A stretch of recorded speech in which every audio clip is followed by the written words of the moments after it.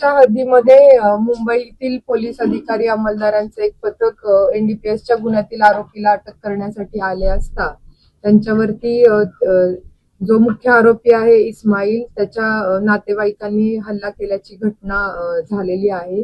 त्यामध्ये आमचे एपीआय आणि इतर 3 लोक जखमी झालेले आहेत. या गुन्ह्यामध्ये एकूण 8 आरोपी निष्पन्न करण्यात आले असून त्यांच्या म्हणजे त्यांना पकडण्यासाठी 3 टीम्स रवाना केलेल्या आहेत आणि त्यामध्ये आम्हाला पॉझिटिव्ह इन्फॉर्मेशन आहे. लवकरच ते आरोपी आम्ही अटक करू. असे सराईत गुन्हेगार राजरोसपणे नवी मुंबई सारख्या परिसरामध्ये फिरतात ते पण एनडीपीएसचे गंभीर गुन्ह्याचे असा याचा अर्थ आहे का आणि नवीचा बचत नाही आहे असं तो जो मुख्य आरोपी आहे इस्माईल कुरेशी हा नवी मुंबई हद्दीतला राहणारा नव्हता. त्या गुन्ह्यामध्ये ज्या त्याच्या नातेवाईकांनी प्रतिरोध केलेला आहे ते त्या तिथले राहणारे होते आणि तो त्यांच्याकडे राहायला आलेला आहे अशी इन्फॉर्मेशन गुप्त माहिती मुंबईच्या टीमला मिळाल्यानंतर ते त्या ठिकाणी आले होते. त्यांनी आपल्या स्थानिक पोलिसांशी संपर्क नाही केला. त्यांनी स्थानिक पोलिसांशी संपर्क केला नव्हता. आमचा प्रश्न लॉ अँड ऑर्डरशी संबंधित विचारला. लॉ अँड ऑर्डरशी संबंधित हत्या घेऊन 10-12 लोक शहरात फार मोठा लॉ अँड ऑर्डरचा प्रश्न असा. पण ते त्यांच्या घराच्या परिसरात आहे ना. हत्यार घेऊन शहरात फिरत नाहीये ते. त्यांच्या घरात त्यांनी लपवले होते. अटक नाही आहेत अद्याप. टीम्स रवाना केलेल्या नाही.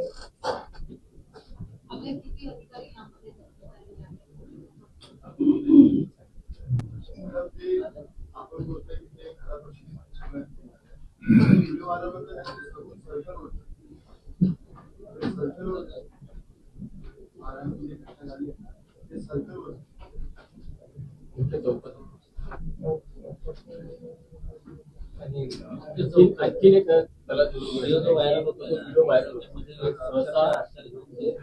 पोलीस जेव्हा हे करतो आरोपीला पकडायला येतात त्यावेळेस पोलीस जाऊ शकतात आणि आणखी ते जे तिकडून आपला बचाव करून जातात ते सगळे बाईकवरती आहे. पोलीस आता आरोपीला पकडायला गेल्यावरती मोठा 4 व्हीलरचा यूज करतात त्याच्यावरती पळून जाणारे सगळे बाईकवरचे आहेत. त्यामध्ये पोलीस मित्र होते असं तुम्हाला म्हणायचंय का? इन्फॉर्मर आहे त्याची माहिती भेटते पोलीस मित्र त्याच्यामध्ये मुंबईची लोकल त्यांनी इन्फॉर्मर कोणाला तरी आणला असेल की ज्यांनी दाखवलं असेल त्यांच्या घरामध्ये. आरोपी पकडायला गेले एनडीपीएस पोलीस मित्र किंवा इन्फॉर्मर जरी असेल तरी तो लांबून इशारा वगैरे करतो हे तो बाजूला होतो. त्याच्यामध्ये ऑलमोस्ट सगळे आपले जीव वाचून पळताना दिसतात ते पण मोटरसायकलवरती. व्हिडिओ व्हायरल होतो तो मी व्हिडिओ अजून पाहिला नाहीये. ट्रक पेडलर किंवा ट्रक त्याच्याबद्दल सध्याची काय माहिती आहे? किती लोक तुम्ही आतापर्यंत अशी फिरतायत त्याचा ड्रग्स फार मोठ्या प्रमाणात नाही. नवी मुंबईची म्हणजे ड्रग्ज संदर्भातली जी कारवाई आहे त्याची 2 दिवसांनी आपल्याला सविस्तर माहिती त्यामध्ये देण्यात येईल. आपल्या परिसरात अत्यंत चांगल्या पद्धतीने अंमली पदार्थ विरोधी कारवाई सुरू आहे. कालच प्रत्येक पोलीस ठाणे स्तरावरती आपण अंमली पदार्थ विरोधी कक्ष स्थापन केलेला आहे. ज्या पद्धतीने सायफाय युनिट प्रत्येक पोलीस स्टेशनला एक्सक्लुझिव्हली सायबर आणि फायनान्शियल रिलेटेड गुन्ह्यांचं काम करेल तसंच जसं मध्यवर्ती अँटी नार्कोटिक सेल आहे तसं प्रत्येक पोलीस स्टेशनला अंमली पदार्थ विरोधी काम करण्यासाठी आपण डेडिकेटेड 1 ऑफिसर आणि 3 अंमलदार यांना ते काम दिलेलं आहे. आणि तशा कक्षाची कालच आपण म्हणजे सीपी सरांची ऑर्डरनी स्थापना झालेली आहे. तर भविष्यात सुद्धा म्हणजे आता तर कारवाई चांगलीच चालू आहे. भविष्यात सुद्धा अजून उत्कृष्ट पद्धतीने काम त्यामध्ये होणं अपेक्षित आहे.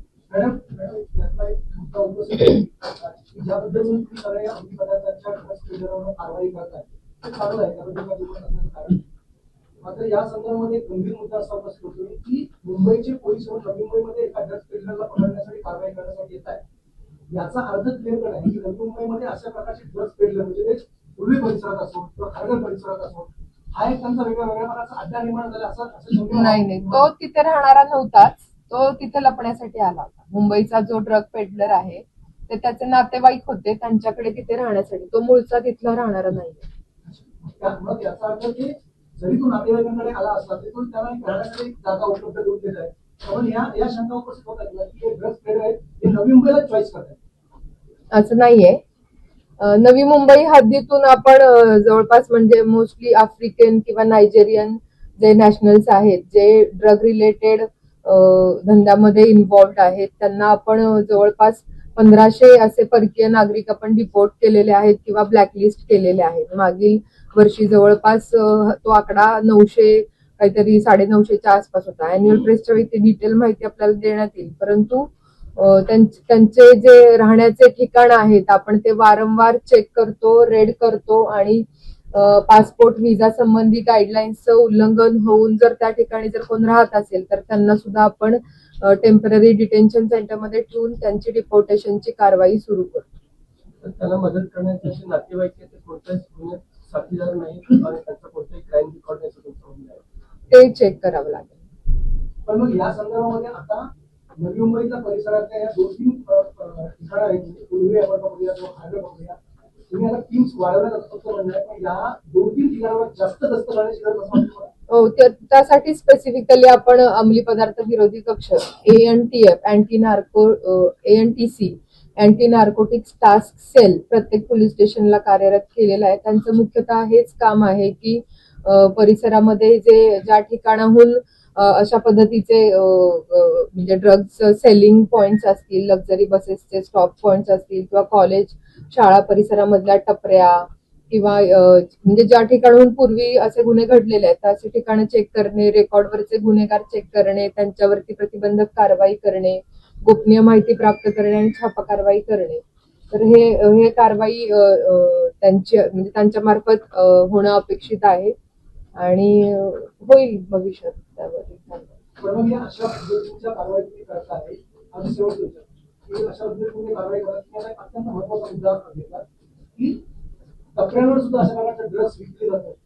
याला कोणाचा वरद असावा की अशा प्रकारचे टपऱ्यांवर मिळते अनेक प्रकारच्या कारवाई करतात त्याच्यानंतर ते जे आरोपी असतात ते सुटून जातात परत तोच गुन्हा करण्यासाठी लोक येतात. याला कुठे जेरबंद करण्यासाठी कठोर पावलं उचलणं गरजेचं वाटतं जे आता उचललं त्यापेक्षा. हो, कठोर पावलं आम्ही उचलत आहे. त्यामध्ये रिसेंटली MCOCA ऍक्ट मध्ये अमेंडमेंट झालेली आहे. त्यामध्ये NDPS ऍक्ट नुसार जे अक्युज्ड इन्व्हॉल्ड आहेत त्यांच्यावर सुद्धा आपण MCOCA प्रमाणे कारवाई करू शकतो किंवा सध्या आपण फिट NDPS कायद्याचा जास्तीत जास्त वापर करून आपण आरोपींना म्हणजे जे कमर्शियल क्वांटिटी मधले जे इन्व्हॉल्ड अक्युज्ड आहेत त्यांना डिटेन्शनसाठी आपण प्रपोजल्स पाठवत आहे. नवी मुंबई पोलीस आयुक्तालयामध्ये वाढत्या वाहन चोरीच्या आणि रिक्षा चोरीच्या घटना लक्षात घेता माननीय CP sir, joint CP sir आणि ऍडिशनल CP सर क्राईम यांनी सूचना दिल्या होत्या की सदरचे गुन्हे उघडकीस आणण्यासाठी प्रयत्न करायचे आहेत. दरम्यान मध्यवर्ती शाखेचे आमचे अधिकारी आणि अंमलदार यांनी CCTV आणि इतर तांत्रिक विश्लेषण करून यामध्ये जवळपास म्हणजे 2 मोठ्या गुन्हेगारांच्या टोळ्यांना अटक केलेली आहे. ज्यामध्ये एक जी टोळी आहे सराईतांची त्यांच्याकडून जवळपास 26 वाहनं हस्तगत केलेली आहेत आणि त्यांच्याकडून 23 गुन्हे उघडकीस आणलेले आहेत. तर यात दुसऱ्या एका आरोपीकडून 17 वाहने हस्तगत केलेली आहेत आणि त्यापासून 14 गुन्हे उघडकीस आणलेले आहेत. अटक आरोपी नासेर सद्दन खान हा रेकॉर्डवरचा आरोपी आणि त्याच्यावर जवळपास 92 चोरीच्या गुन्ह्यांचे यापूर्वीचे रेकॉर्ड आहे. तर जे दुसरी टोळी पकडलेली आहे त्यामध्ये एकूण जे 26 वाहनं हे केलेले आहेत. तर यापैकी जे 4 आरोपी ताब्यात घेतलेले आहेत त्यातला एक आरोपी जो आहे त्याचं शिक्षण SY BCom झालेलं होतं आणि तो सोशल मीडियावरती वाहन चोरीचे व्हिडिओ पाहून म्हणजे शिकला आणि त्यातून म्हणजे हे नवखीच टोळी आहे. पहिलाच हा त्यांचा गुन्ह्याचा म्हणजे पकडला जाण्याचा प्रसंग आहे आणि त्यांनी सोशल मीडियावरून वाहन चोरीचं शिक्षण घेतलं आणि ते त्या पद्धतीने वाहनं चोरी करत होते. यामध्ये सर्वच्या सर्व गुन्हे जे आहेत ते नवी मुंबई पोलीस आयुक्तालयात त्यांनी केलेले आहेत आणि काही मुंबईच्या हद्दीतले सुद्धा काही गुन्हे यामध्ये उघडकीस आलेले आहेत. अटक आरोपींची नावं जर आपण पाहिली तर संतोष लक्ष्मण ढोले, लक्ष्मण तिपन्ना मासाळकर, संजीव गंगाराम सक्सेना आणि कैलास खेताजी चौधरी यापैकी कैलास खेताजी चौधरी हा जो आहे तो त्या चोरीचे वाहनं घेऊन तो राजस्थान वगैरे या परिसरातल्या त्याच्या नातेवाईकांना विक्री करत असल्याचं सुद्धा तपासात निष्पन्न झालेलं आहे. त्यांच्याकडूनही तिकडूनही आपण 5 ते 6 वाहनं रिकव्हर करून आणलेली आहेत. कशा पद्धतीने याचे हे असायचे नक्की आहे काय म्हणजे अगदीच म्हणजे अशिक्षित, काही जण अल्पशिक्षित, 3री 4थी शिक्षण झालेले आरोपी आहेत. काही भाजीवाला वगैरे किंवा काही रिक्षा चालक वगैरे असे व्यवसाय करणारे ते आरोपी होते आणि रात्रीच्या वेळी एकांतात पार्क केलेलं मोटरसायकल बघून ते चोरी करत होते. म्हणजे सांगितलं ते SY.BCom झाले सोशल मीडियावर काय म्हणजे नेमकं मग त्यांनी कशी चोरी करायची, ब्लॉक कसं तोडायचं आणि कसं चोरायची गाडी हे तिथून शिकला आणि मग त्यांनी ते प्रयोग करून बघितला आणि तो सक्सेसफुल ठरला. म्हणजे कोणकोणते त्याने रील्स किंवा युट्यूबर्स ते सांगतात कुणाकुणाला त्यांनी फॉलो केले ते जर मी इथं सांगितलं तर अजून तयार होतील ना, ते त्यांना पाहतील.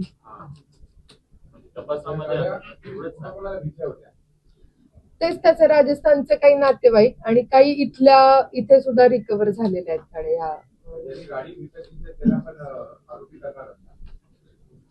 त्यांना आपण आरोपी केलाय. राजस्थानचा जो चौधरी आहे कैलास चौधरी यांनी 7 गाड्या राजस्थानला पाठवल्या होत्या. तो आपण आरोपी केला. सोशल मीडियाचा वापर करून किती गाड्या अशा चोरल्या असतील त्यांनी? 26 गाड्या आहेत. त्यापैकी 21 मोटरसायकल आणि 5 रिक्षा आहेत त्यामध्ये. आणि ती नेमका फिरायचे कसे, ग्राहक फिरायचे कसे, काय टोळी काम करायचे, टोळी काम करायचे ते सांगा. नाही, रात्रीच्या वेळी म्हणजे रस्त्यावर पार्क केलेल्या गाड्या चोरत होते. असं काही विशेष लोकेशन त्यांचं नव्हतं, म्हणजे एकच पर्टिक्युलर स्पॉट नव्हता. वेगवेगळ्या परिसरामध्ये फिरून त्यांनी चोऱ्या केल्या. किती महिन्याच्या कालावधीमध्ये 3 वगैरे महिने. रेकी कशा पद्धतीने करायची रॅन्डम रेकी असं काही नाही. कुठे राहणारे आरोपी हे डोंबिवली, नेवाळी, ठाणे, मोस्टली डोंबिवलीतलेच आहेत. हो, डोंट नो पण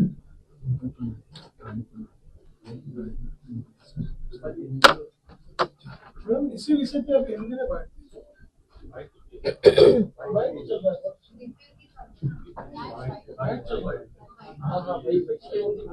सब हिंदी में इसी